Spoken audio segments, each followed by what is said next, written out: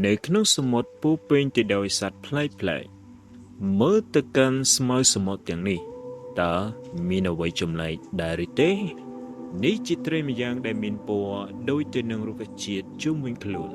ដែលកំពុងតែបន្លំខ្លួនដើម្បីចាប់ត្រីដទៃស៊ីជាអាហារត្រីទាំងនោះមិនបានឃើញនិងចាប់អារម្មណ៍ក៏ត្រូវបានคล้ายទៅជាចំណីត្រីចម្លែកមួយនេះ Jellyfish នេះពិតជាមានពណ៌ស្រស់ស្អាតពួកវាស៊ី Jellyfish ដទៃទៀតជាអាហារតាមរយៈមាត់ដ៏ធំរបស់វា